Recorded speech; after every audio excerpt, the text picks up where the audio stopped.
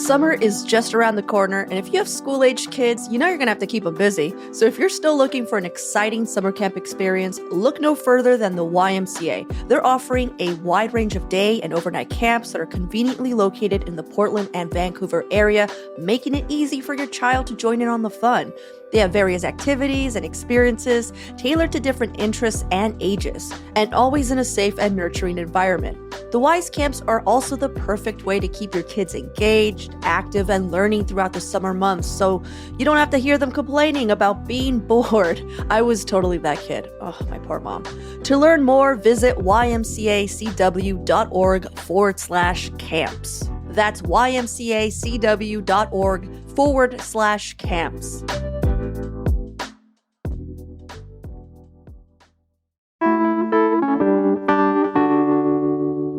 On the show, we talk a lot about our city's housing crisis and how sometimes the combined efforts of our state, county, and city can feel fragmented and hard to track. And one aspect that seems especially confusing are the differences between all the alternative shelters that are popping up. There's micro-villages, safe rest villages, Mayor Wheeler's temporary shelters. But who's running what? And how are they all specifically helping to fill in the need the county's own shelters aren't able to meet? So today on CityCast Portland, we're talking with We Shine. Executive Director Jan McManus and Facility Coordinator Hunter Burkett are sharing with us how their model of transitional housing is working and how it fits in with all the other moving pieces of our city and county's housing initiatives. It's Wednesday, April 17th. I'm Claudia Meza, and this is what Portland's talking about. A big reason that we're here is because we cover the housing crisis. And every time there's a headline, it just seems like they're talking about something new that most people don't understand how they're all connected. You know, because there's the safe rest villages, then there are these micro villages, and then, you know, they're just talking about shelters and so we have a lot of like people who write in and they're just like, what's going on? Like, how is this all working together? Like, what are the differences between this micro village and, let's say, the safe rest village? You know? Yeah. Biggest thing would be size. We have like about 10 pods. Some of the safe rest villages have around 60, which really allows kind of more of an individualized care approach for our villagers, I think. I feel like a lot of the people coming out of homelessness experience kind of an alienation from community and just in the way they've been treated or whatever. And so I feel like when we're able to fit into these little communities, it allows them to kind of regain that sense of community in a way. And I think We Shine does a really good job of, you know, meeting everybody with trauma-informed care and trying to figure out what those needs are. Because when people come in, they don't even sometimes know what their needs are. You know, they've been neglecting their needs and everything for so long that even finding out what those are takes some time, you know. And I think that because our program is the length that it is, you know, you can stay about up to 2 years. And that really gives people the time to figure out what they need to do and where they need to go and the help that they need. And yeah, and we can definitely connect them with any of the services, food stamps and Oregon Health Plan. That makes sense. What is the city and county's involvement with, like, let's talk about We Shine in particular? And this is your only micro village, right? Well, we're building 2 additional built villages. One's halfway built, and the other is the architectural drawings have been submitted to the city. That's so cool. Goes in phases.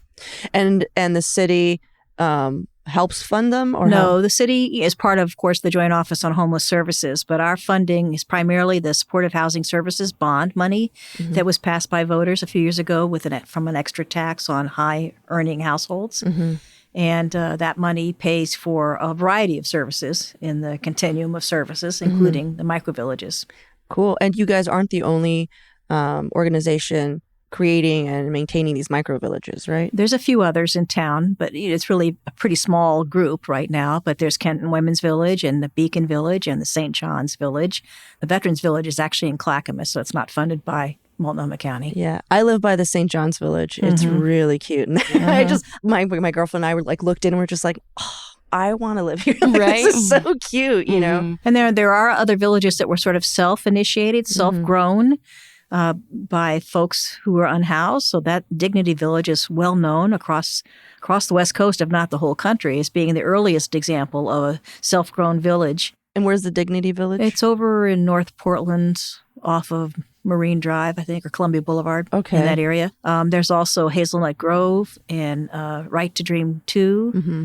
Those are other examples of sort of self-grown villages that don't really get money from the county. That they sort of exist by hit or miss. To my knowledge, some not a lot, but some of them don't have power or water they They don't have the amenities. The city, for example, at Hazelnut Grove, the city provides, I believe, the fence and the porta potties, I think, and that's it. That's all they provide. So We Shine is considered a low barrier microvillage. Could you explain what that means? Low barrier means that it's a best practice, by the way, nationally and in Oregon, to meet people where they are, to not set up a lot of hoops for people to jump through to move into a shelter. So we don't do any criminal background checks. We don't do any drug or alcohol tests. We allow pets. We allow couples. So the idea is to open the door as wide as you can for people. We get them a fresh start when they move in, and then they sign an agreement about their behavior, about kind of code of conduct of how they're going to behave towards others in the village. And, we'd hold them accountable to keep that agreement. And then they also, set their own goals and create their own program. We require them to do some what we call sweat equity or volunteer work within the village. We require them to attend a weekly council meeting where they help make decisions about governing the village. And we require them to meet with a staff person once a week.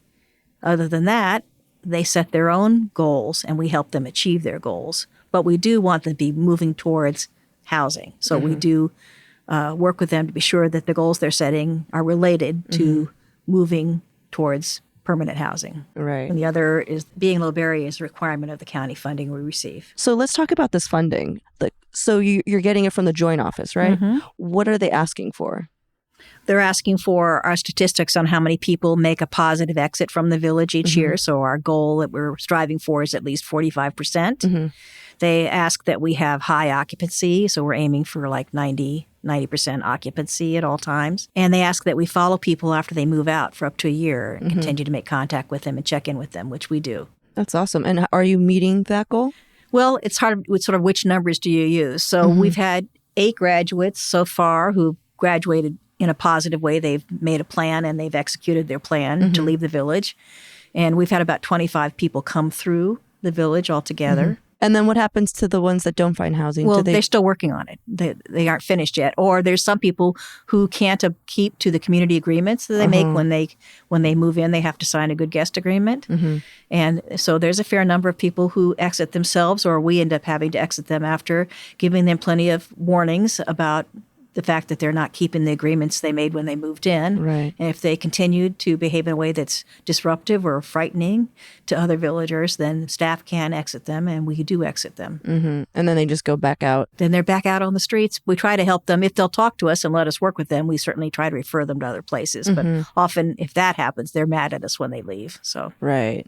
I feel like a lot of the times when that happens, there's a mental health crisis element to it. Maybe their perception of reality isn't really rooted in reality at that time. And so they'll come back later on and ask us for help when they're more ready to receive it, to help them find another resource or something that might work better. Is there any way that you're able to, because you two have been working in this village, I'm assuming, for a bit? Well, Hunter's a graduate of I the was village. a villager. Yeah. Oh, cool. Yeah. So I was there for a year, and then now I work full time for We Shine too. So yeah, it's been great. So you totally know the way through. Absolutely, yeah. Yeah. And so is it possible to get a, person who comes through and immediately you're just like, they have mental health issues that need to be addressed first, and there's just another option for them? Or is the only option, well, you're going to have to go through this program that obviously isn't going to work for you? I think that there definitely are people who come in that you can tell that their needs are outside the scope of what we can offer.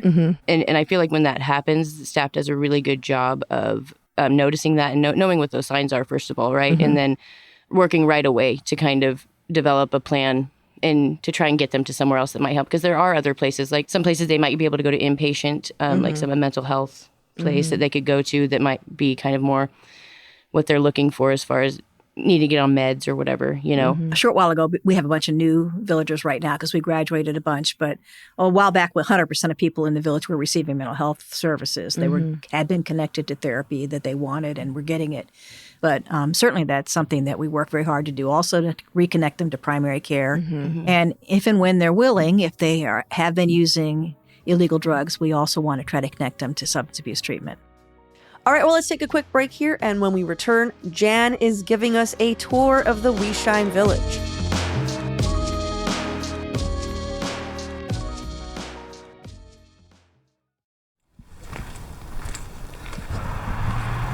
So the villagers designed and painted the decorations on the fence. Nice. And these the bedding plants around the perimeter of the fence was another project done by villagers in cooperation with the Bureau of Environmental Services, who donated more than $2,000 worth of native plants. Oh, nice. And the villagers maintain those beds by watering them, when they need water. Cool. Weeding. So this is it, 10 sleeping pods and 3 community buildings and a courtyard. It's really cute in here. It feels really nice. I love all the Paving stones.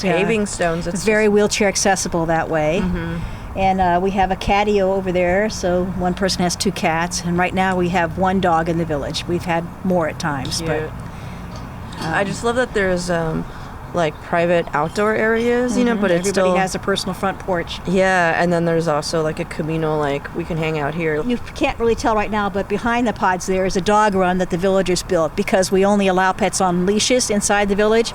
So they needed a place where they could run around a little bit. So there's a dog run back there. What's his dog's name? Zeus. Zeus.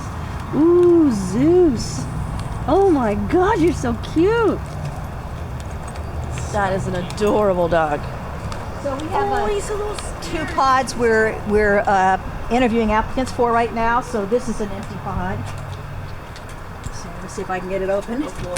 Yeah, so we provide them, you can come in and see.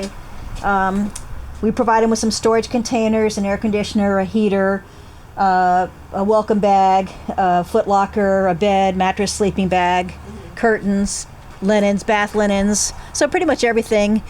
We limit how much they can bring in to 3 medium-sized garbage bags, excuse me. When you gave us that tour, you said there were 2 empty units, and then it made me wonder, like, oh, how do you fill them? Like what's the process? What's the process? Yeah, Right. of accepting people, because I'm sure there's a whole rigmarole that people have to go through, right? Oh yeah. Because There's a process. Yeah. What is it? What is it? Well, we advertise out to networks, so various networks, because we're serving folks who identify as LGBTQIA plus here. We advertise through all the agencies and organizations to serve that population. Our other villages will serve different segments of the most underserved segments of the unhoused population. That's our focus, on serving those who fall through the cracks or don't feel welcome or safe in some of the larger or traditional models of shelter. So this one, our first one, serves folks who identify as LGBTQIA+. So we advertise to that network. We advertise to the Black, Indigenous, People of Color networks, because that's a priority population for us as well. And we've had a fair amount of publicity, and word of mouth goes out, and we have a constant stream of applications coming in. Gotcha. Some are self-referrals, some are coming from case managers, but we don't lack for any referrals. Okay, gotcha. So can you walk me through what goes on in the day-to-day inside the village? I think as a villager, I lived there for a year, and I think it's hard to say what goes on as a whole, because everyone's just so individualized. Everyone's doing their own thing and trying to meet their own goals, and they go out during the day and go to work or go to appointments or go to therapy, whatever they need to do, doctor's appointments. But then they get to come back and still be part of that community and be around each other and cook food together, in the kitchen, or watch movies. They have movie nights, art classes. I mean, they do all sorts of things in there to bring them together to kind of create that camaraderie and let them be around each other in a positive way, and experience that again. And more villagers are leading those efforts. We Yeah. have one villager who's teaching Spanish lessons and offering Yeah, a it's really meditation group weekly. We have another one who's offering a queer support circle here every other week. We have another one that sponsors the movie nights. So more and more villagers are taking the lead in that's offering so those cool. kinds of community activities, which is exactly what we are aiming for. Right. And it's cool to see people come into that, you know what I mean? And see how they come in, and then what they kind of grow into, and when they get comfortable, and when they get into a place like a village like this where they feel safe, they become a totally different person. So it's really cool. Yeah, and I guess I'm also curious, like, you graduated, right? Mhm. Which means that you no longer live in the village. Correct. And you found permanent housing. Like, how does that work? Is it county is it subsidized or like? Oh, no, I just pay normal rent. I mean, I was working here and then also at one of the largest shelter in Portland. And I just moved into a different place this weekend, but I was in like just a little apartment. It was, I just got into a normal one. No subsidized. I don't personally, that's the programs that just go in and pay your rent for you. For me, I don't really think that they're that helpful. Why is that? Sometimes I think they do, but what I've seen and just from knowing, I know a lot of people who have gone through it, what it seems to be is they just put people in these apartments and pay for them for a year and expect them to just know what to do. And they don't take into account that they've never done that before, and so you put them in there, they don't know how to do what they need to do to figure out how to pay rent or do anything like that. And so they end up being there for a year and then they're in the exact same position when they get out with no one who's helped them get any further than they were before they got in, and I just don't find that to be helpful. I think it's almost more damaging to do that to somebody, to give them something and take it away. Like if you could at least help them build the skills they need to reach it on their own, it's so much more meaningful, I think, Yeah. How do you think these micro villages fit into like this larger citywide effort to address homelessness? I feel like I touched on it a little bit earlier. Like the biggest thing for me, I think, is it was when people come out of homeless, they experience that alienation from the community and just in the way they get treated, when they are homeless and on the streets. And there's such a stigma around it. And I feel like when you're out there, it's like you're in this fight or flight mode. You know what I mean? And you kind of start not trusting anybody around you and not even yourself to make those decisions of who to trust, And so coming back and becoming a part of a village and a community makes it a lot easier to start trusting yourself again and start trusting other people again and remember what that feels like to have those sort of relationships. You know what I mean? So I feel like that's important for the smaller villages because the bigger ones, I've been to them. I've worked at another congregate shelter and this model I feel like works so much better for people who are a little more self-sufficient. They know what they want. Some of the bigger congregate shelters, it almost just seems like a landing pad. Like they just land there and then they don't know what to do. They don't get the help that they need to get to the next step. I'm just curious, like what type of shelter do you mean? Barrack style, so like bunk beds. So they have like a men and women section all in the same area. And they have around 90 beds in one place and sometimes more. And pets. And I mean, in those, that atmosphere is so...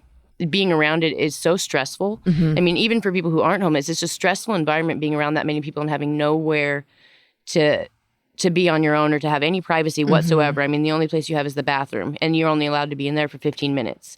So it's a very, very stressful environment. I always thought those shelters were just like for the night. No, people live there for years. Remember, our focus is to serve some of the most underserved segments of the unhoused population. So ones that tend to fall through the cracks or not feel welcome or safe. So that includes LGBTQIA+, Black, Indigenous, people of color, women, people fleeing domestic violence, young adults transitioning out of foster care or residential care, people with disabilities, older adults. I could go on and on and on, but you can, just from the description, you can tell these are folks who might have a harder time, maybe more vulnerable in these large congregate settings or even large village settings where there's a large number of people gathered together in a community. And even if they're intensely staffed, it's a very different dynamic than a small community like ours where people have some real sense of separation from others, have a locking front door, they can secure their belongings, they can have their little pet with them.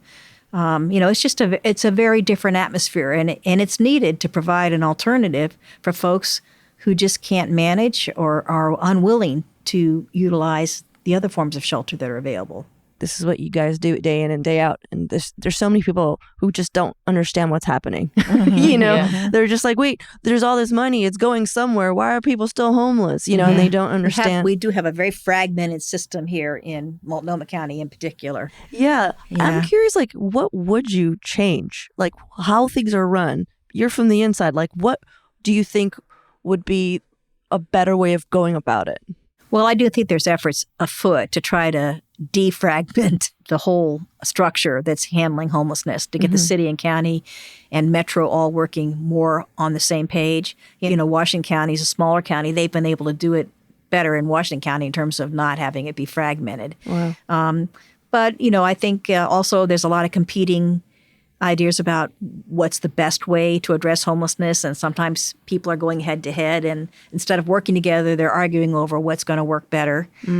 So that's a problem. And then, it's just a huge government bureaucracy. And if you win a contract and the county tells you they're going to give you money, it can take them 6 months to get the money out the door. And that's not conducive to small nonprofits or grassroots organizations like We Shine rising up to help solve the problem, because who can afford to wait 6 months to get money to do things? Why is it taking them 6 months? It just seems to take a very long time, a lot of bureaucratic stuff to go through. So right now, I think there's a shortage of providers who are willing to step up and take on opening new shelters and new things, new alternatives, because we've kind of tapped out all the ones that exist, and there's not enough support for people to come in and do this business. Right. So what do you see for the future of We Shine? Well, I think We Shine intends to keep building and operating additional villages as opportunities arise. Right. We think that microvillages are actually a great solution, not only for intense urban areas, but also suburban, small town, rural. Again, the small size makes it workable in almost any kind of geographic environment. But there obviously have to be more people doing it than just We Shine, because We Shine can only do so much. I mean, if we can keep growing a village or two a year, who knows when it'll end, because I don't know when the problem's going to end, when there'll no longer be a need for us. But at the moment, we don't necessarily have a set number. We just want to keep growing, keep finding new partners, and keep expanding. Yeah. Hopefully this reaches the newest billionaire in Northeast Oregon. The new lottery winner. Yeah, I hope the lottery winner is listening right now. Yep. If you're wondering what to do with all that money. That's right. For sure, yeah. Well, what are some ways that people can help to get involved at We Shine? If are you guys taking donations, or are there volunteering opportunities? Yes, for sure. We encourage people to go to our website, which is www.weshinepdx.org. And that's where you can sign up to be a volunteer, or you can give a donation. And yes, we do need donations. The Joint Office is very generous about funding us to build and operate villages, but are not able to fund us to have the back office administrative infrastructure you need as a nonprofit so that you can run programs and build buildings. So we need help with our administrative and program costs that are not directly tied to building or operating the village. And as far as volunteering, we have the space on the website where you could sign up, and then we do orientations monthly. Right now, we're recruiting primarily for people to come help us. We like to have a group of volunteer cooks at each village that will bring community meals on a regular basis. Here, we don't provide meals on a daily basis, but we do provide community meals to help build that sense of community, engage each other as a group. We have a pretty good group here at Village Number 1. We'd like to replicate that. And then we have a lot of volunteers who want to help build the villages. And right now, we have volunteers helping us through a partnership with Portland Shed. It's another nonprofit that is building pods for us for our Village Number 3. Oh, cool. And then we have work parties to do things like paint the fence. We're going to be organizing work parties to paint our fence at our new village here coming up soon. We're also planning to do a neighborhood cleanup event here at Park Rose and do another big planting project this spring, maybe early summer. So we'll be recruiting volunteers to help with those special projects. That's awesome. I want to build a shed. Who doesn't? It sounds cool. Well, I'm going to ask you one last question. We're creating a very real holiday called 503 Day on May 3rd. Oh, 503. Okay. Yeah. And so we've gotten a lot of listeners writing in and telling us what they're going to do on 503 Day, this very real holiday, to celebrate all that is Portland. So my question to you is, how are you going to celebrate 503 Day? Well, didn't know it existed. I didn't until right now, but maybe we'll try to have a barbecue or something. Yeah, maybe we could have I know we're going to be trying to organize a group to come paint the fence at Avalon, our second one. Maybe we could organize it on that day. 503? Yeah. For listeners who are wondering how you want to celebrate 503 Day, I feel like we have a really great activity. There you go. I think we'd love to have you. Yeah. Awesome. We'll make sure to put a link in our show notes for that. Cool. Okay. Thank you. Great.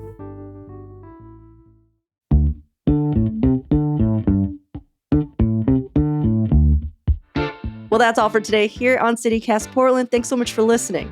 We'll be back tomorrow morning with more from around the city. Until then, see you at Slim's.